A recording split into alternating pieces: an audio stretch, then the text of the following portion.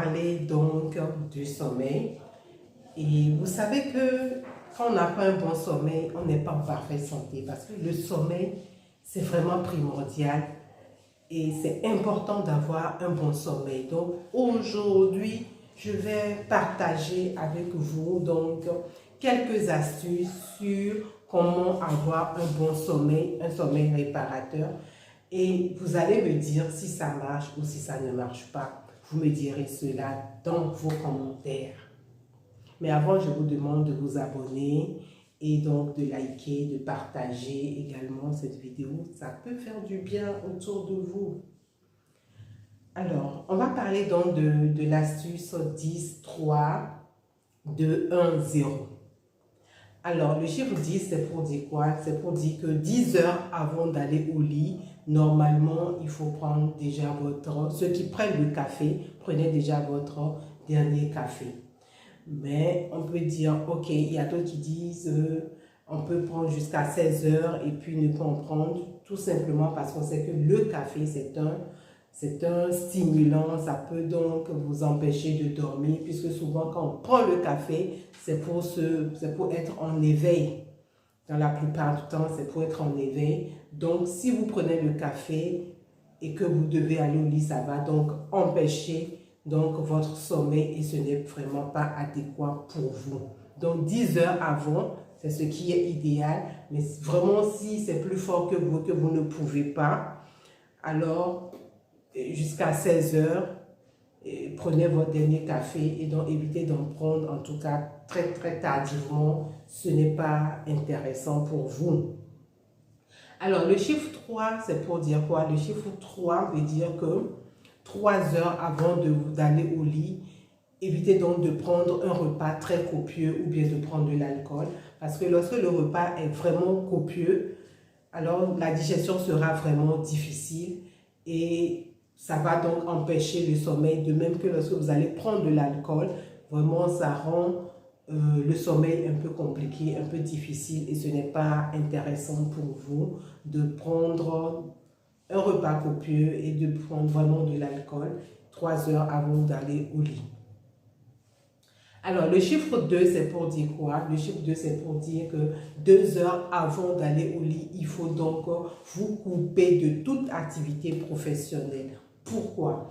Tout simplement parce que lorsque vous allez être encore attaché à vos activités, être encore sur le boulot et tout, lorsque vous allez aller au lit, le cerveau aura du mal à faire la part des choses. Le cerveau va être là à réfléchir, à dire mais qu'est-ce que j'ai fait? Qu'est-ce que je n'ai pas encore fait pour le boulot? Qu'est-ce que je dois encore faire? Qu'est-ce que je dois encore programmer?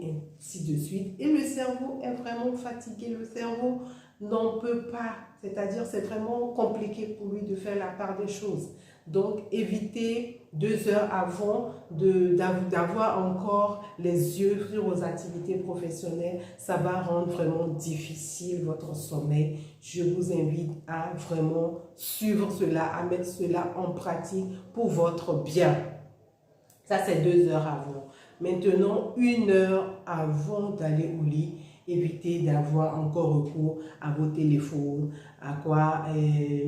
aux tablettes. On sait qu'aujourd'hui, il y a beaucoup de gens qui vont se mettre sur ça, des TikTok à gauche et à droite, regarder les choses. Il y en a qui pensent que c'est en regardant sur leur téléphone que vraiment ils vont faire appel au sommeil pour bien dormir.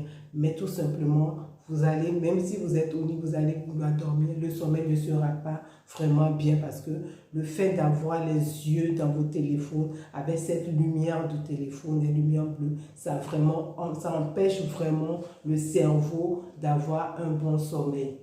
Alors, le chiffre 0, ça c'est pour dire quoi? C'est pour dire que lorsque vous allez mettre votre réveil, alors quand ça va sonner, n'essayez pas de mettre sur snooze, c'est-à-dire que de repousser pour que, bon, vous avez dit, je vais encore m'étendre un peu et puis après, je vais me lever. Non, il faut seulement couper et puis essayer de vous lever. Là, ça permet au cerveau d'être vraiment réglé sur l'heure précise à laquelle vous voulez vous réveiller. Et vous allez vous rendre compte qu'à un certain moment, le cerveau sera habitué et dès que l'heure va s'approcher, vous allez vous réveiller de vous-même et vous n'aurez même plus recours même à votre sonnerie et ainsi de suite. Ou bien à votre téléphone pour dire votre réveil. Non, le cerveau va s'habituer tout simplement. Donc voilà quelques astuces que je partage avec vous aujourd'hui.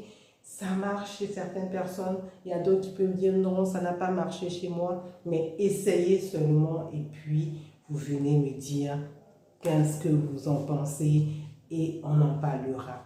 Donc partagez cette vidéo massivement pour faire du bien autour de vous. À très prochainement. Moi je suis le docteur Fernande Kouebi, je suis médecin diabétologue.